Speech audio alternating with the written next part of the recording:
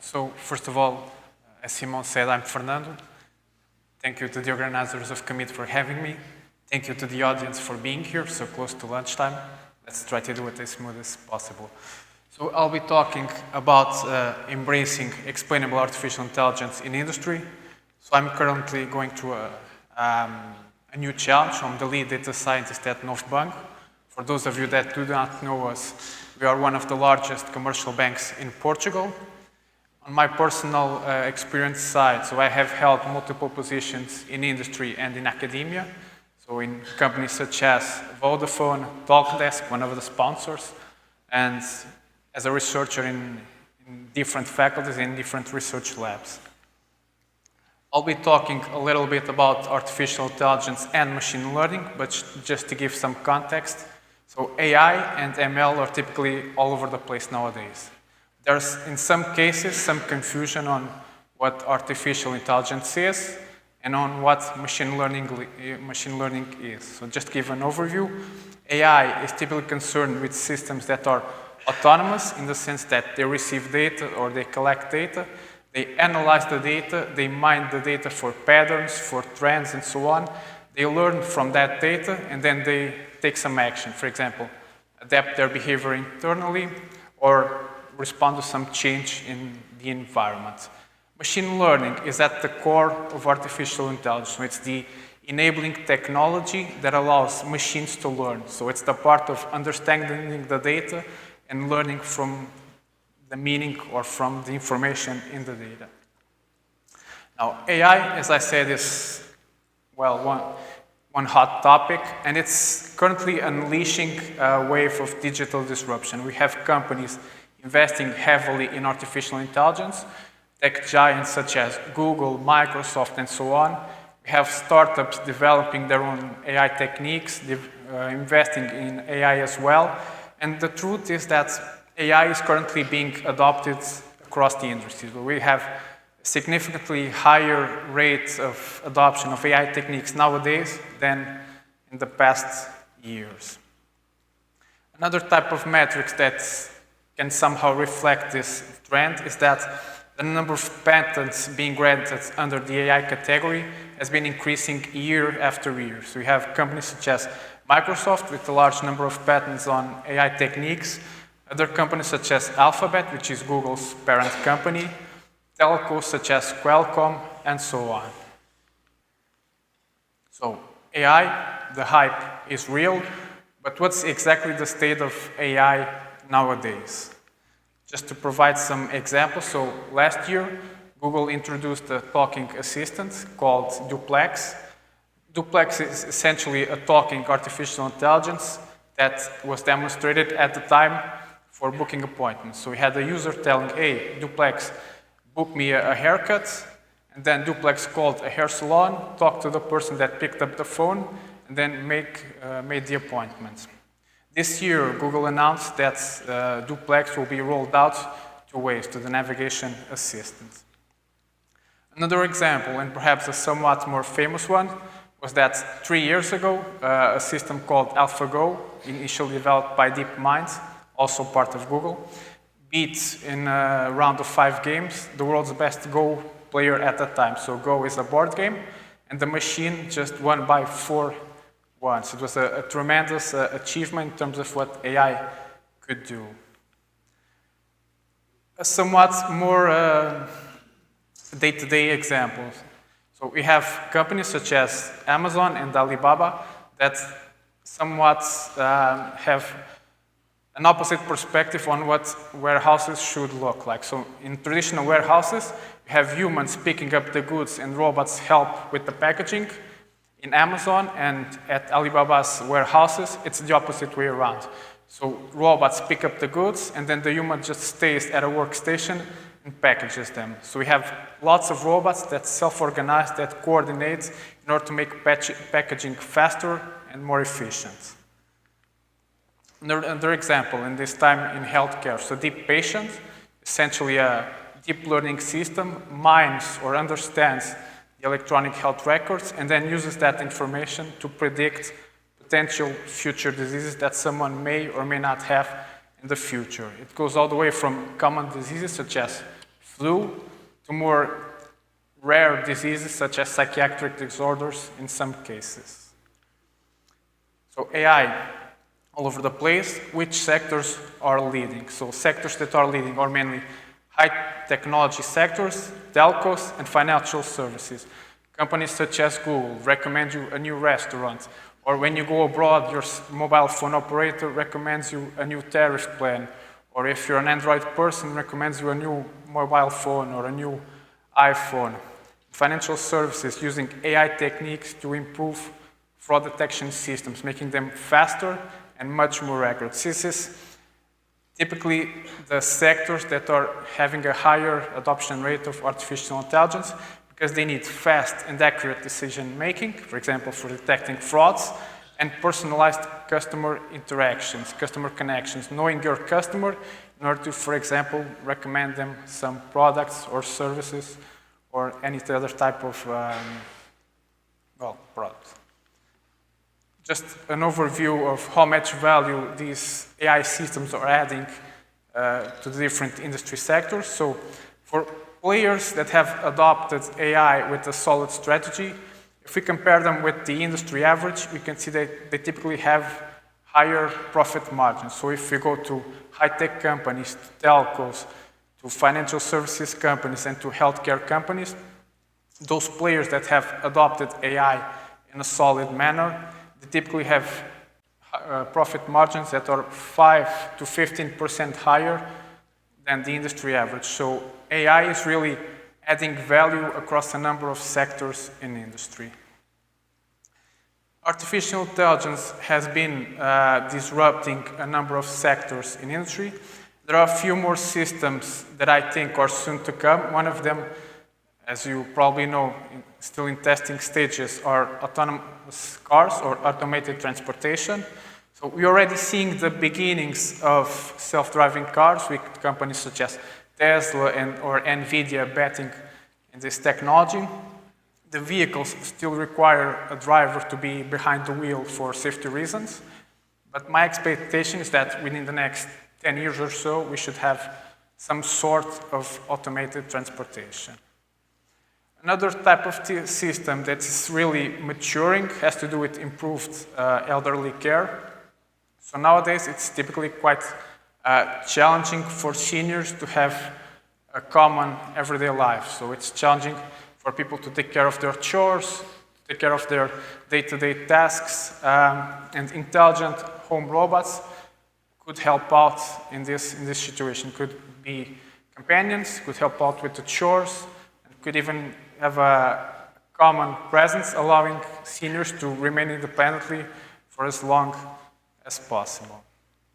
Now, AI is, as I said, and I've been trying to transmit that message all over the place, so the hype is real. There are real technologies being developed, but in my view, there's a dark secret at the heart of artificial intelligence. First, the most common thing is for artificial intelligence systems to be judged by their performance, that is, by how well they perform a certain task, and not by the reasons that they use to learn that task or to perform that task. As an example, suppose that we are building an artificial intelligence system that receives images of a person, looks at the color of the eyes, the cheeks, the color of the hair, and so on, and then tries to predict or to classify if that person is male or female, so a gender classification task. Because we do not know how the systems typically work, we can end up having an example such as this one, in which there's, for example, Oprah Winfrey being classified as a male, even though she's a female. The problem here, or the main underlying reason, is that the systems, the artificial intelligence systems, machine learning systems, they learn from data that's typically either compiled by humans or collected online. So this data may be biased in some way, it can contain some sort of human prejudice, or it may simply be incomplete.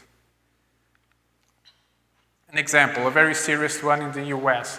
So there's this system called Compass, which essentially is a predictive model for understanding or for trying to infer if someone that committed a crime will become a reoffender in the future, that is, it will commit a crime again in the future. This system, 3 years ago, was found to be highly biased in a number of different ways. First, it was found to falsely flag black defendants much more often than it would do so for white people. So, for example, you had a black criminal, it would be much more likely for that black criminal to be judged as someone that could commit a crime again in the future than for white people.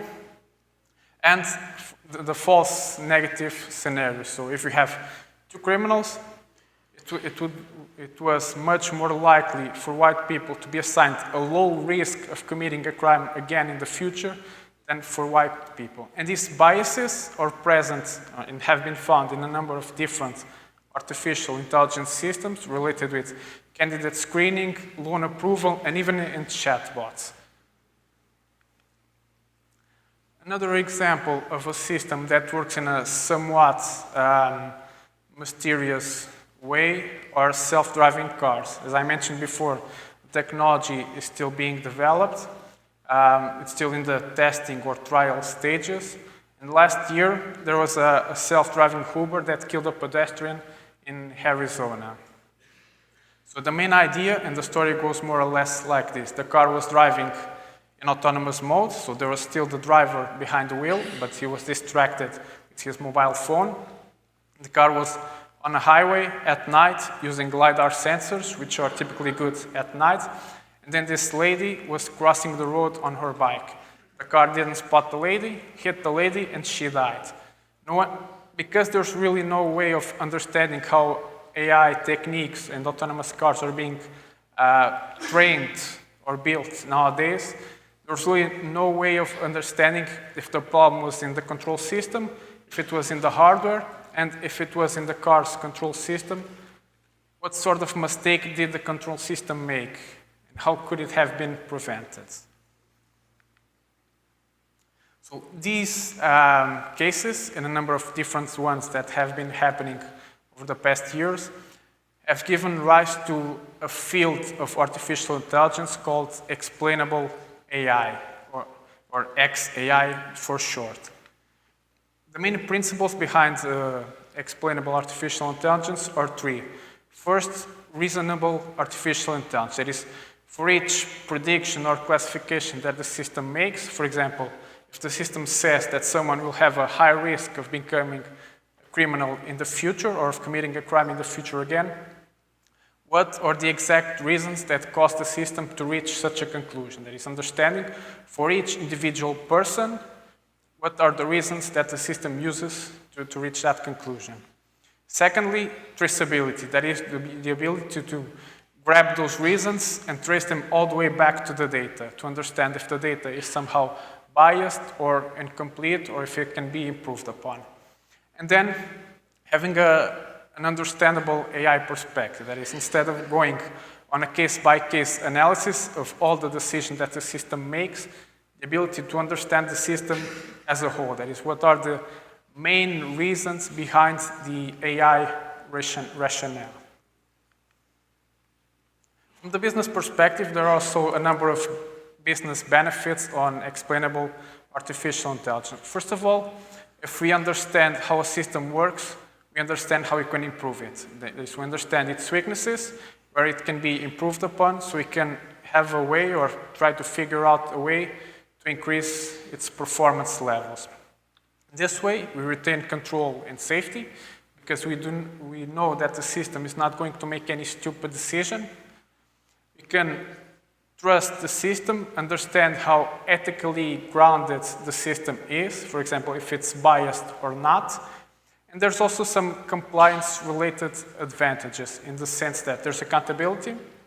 So we know what the system did and the reasons why it did it like that. And regulation. So for example, I don't know if you're familiar with GDPR, General Data Protection Regulation. There's a little clause called the right to explanation. So if there's a company using a machine learning system to make some decision about a client, the client or the customer can have or can ask for explanations. That is, it can ask for reasons on why the machine learning is behaving like that, and then the company needs to be able to explain. So there's also a regulatory aspect related with explainable artificial intelligence. An example, so suppose that we want to decide, and this is common in the banking industry, if someone should be assigned a credit card or not. So we have the positive examples marked with the crosses, the green crosses, and then the negative examples marked with the minus red signs. We have two variables for deciding if a customer should get a credit card or not. So their annual income and the late fee amount, which is basically how much a customer pays if he doesn't pay the credit card debts on time. One simple solution, which is given, for example, by a linear regression, would be just to draw a line between some sort of examples and another type of examples, and say the examples to the left are all denied the credit card, the examples to the right all get a credit card, but this doesn't really capture the reality of the task. So it's a monotonic decision boundary given, as I said, for example, by a linear regression, but it's not suitable or adequate to most real-world tasks. So if we want to have a good system for doing this task automatically, we need to come up with more complex decision boundaries. So we need to change, for example, from a line to a set of curves as indicated in the image.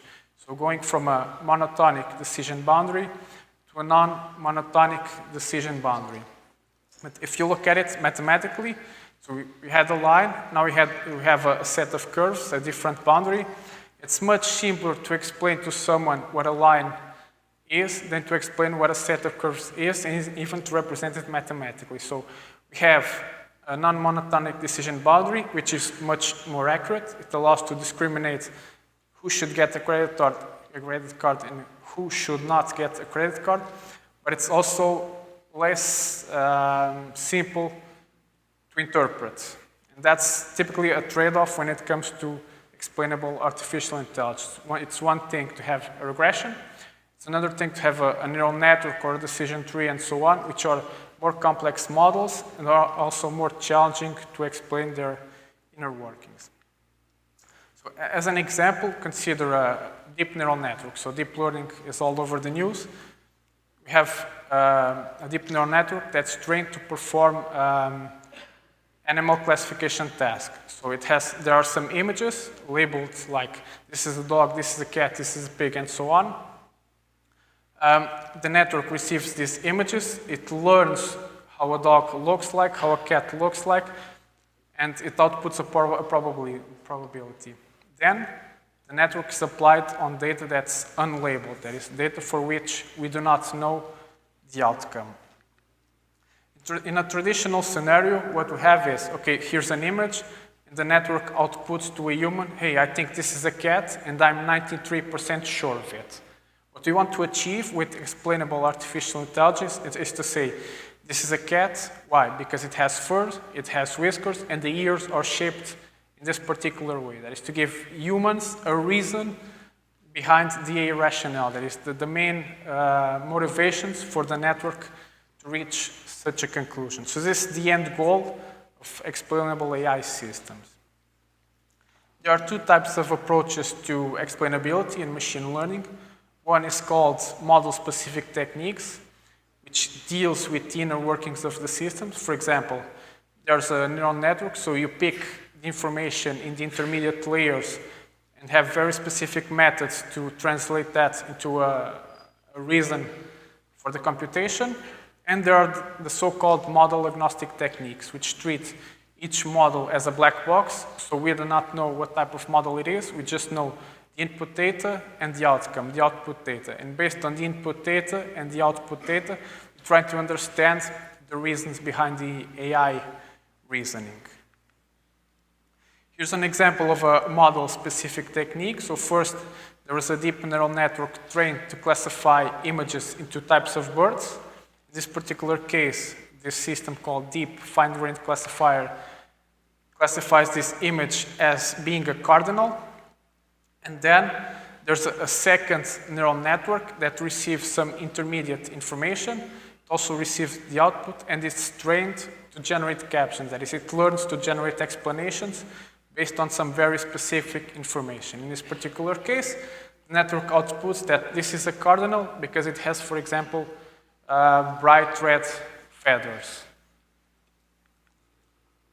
Now, at Novo Banco, we find model-specific techniques to be very interesting, but we also find model-agnostic techniques to be even more interesting. Why? Because, as I said, you can treat each outcome in a specific way, regardless of the model that generated it, being either a neural network or a decision tree or a set of trees and so on. So we have model-agnostic techniques. One of the topics that we are currently working on, and this is a toy example on credit card default, that is on understanding whether customers will stop paying their credit card or not, is that for each particular customer, you can extract the reasons behind the AI reasoning. So as an example, consider the figures, the two figures, the green, the blue one, and the one with in red. So the blue one indicates or has a negative score, meaning that the customer is very unlikely to stop paying its credit cards. The other one indicates that the customer is likely to stop paying its credit cards. We use an algorithm called SHAP, which basically is an additive feature attribution algorithm, meaning that for each individual customer, it assigns each feature an important score, relates those features in an additive manner, meaning that the features sum up or subtract all the way down to the likeliness of the result, that is, being likely or not to stop paying the credit card. And then we can relate the features across different customers. For example, for a specific heritage value of a customer, you can understand, okay, this customer has a very high heritage value, it has significant wealth, so it's very unlikely for him to stop paying his credit card. On the other hand, you can look at a customer that has a lower heritage value, meaning it's slightly more likely for this customer to stop paying this credit card. Now, these examples are interesting. It allows us to somehow debug or process our AI systems internally, but they are fairly technical in the sense that if you give this to a stakeholder, it's much more challenging for the stakeholders to understand what the output means. One of the topics that we are currently working on is on translating these explanations to a natural language format. For example, to build explanation interfaces out of the explanation models, to have a somewhat more interactive system inspired, for example, by debugging systems that allows a user to go into a portal, understand the reasons behind some score or some outcome of a specific model, and then to take it from there. Well, that's basically it. Here's a set of references that I find to be quite interesting, and I rest my case.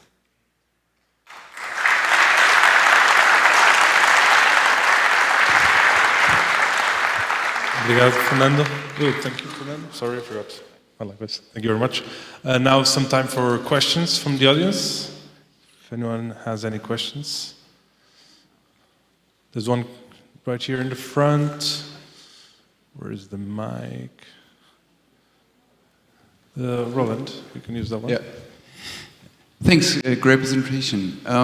So if I think about how humans do it, so I ask someone for advice, and then I ask for the explanation of that advice.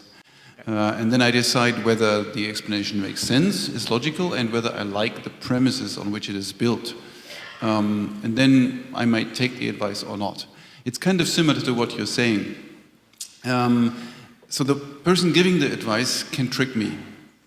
They can consider all the cases. They can see that clearly I need to do B, but they want me to do A. So they give me good reasons for A, and they just neglect all the others. Since you have a feedback loop there training your system for the explanation as well, could this be happening as well if we're talking about real actual intelligence? Yeah, that's something that has been also discussed in some papers, and that's a potentially future issue. The fact that you can have an algorithm that tells you a certain explanation in order to trick you. I mean, theoretically speaking, it's possible. In practice, I very much doubt that it can happen, in the sense that you have an explanation, you can understand if it's sound or not. But if an explanation is solid, you can, if in case of doubt, you can pinpoint all the way back to the data and to understand if the system is trying to trick you or not. So there's always, explanations should always have that traceability part, because then you can go all the way back to the original data. I mean, it's much more work, of course, and we need solid methods for that, but it's one way of somehow avoiding or going around that question or that potential issue. Yeah. Thank you very much. Any other questions from the audience? If not, I do have a question myself, actually. So you were explaining on the cat example that the computer could tell you, all right, we think it's a cat because it has this, this, and that, but it tells you that it has this with 93% confidence. Does it give you any hint about the 7% that are missing? So we are not sure that it is a cat because, does it say that? Or? Yeah, it's actually one of the topics that we are working on as well. It has to do with not only the positive examples, but the negative examples. Yeah, let me just go into this slide here. One of the topics that we are currently working on is for a specific explanation, both the positive reasons. I think someone will do this and this and this because of that. But I think they may not do this also because of those aspects, or these particular aspects take an explanation away from that outcome. So yeah, we can go both for the positive reasons and for the negative reasons as well. And that's a very interesting topic as well. Good. That might explain why I don't get a credit card. Thank you very much. Obrigado, Simão.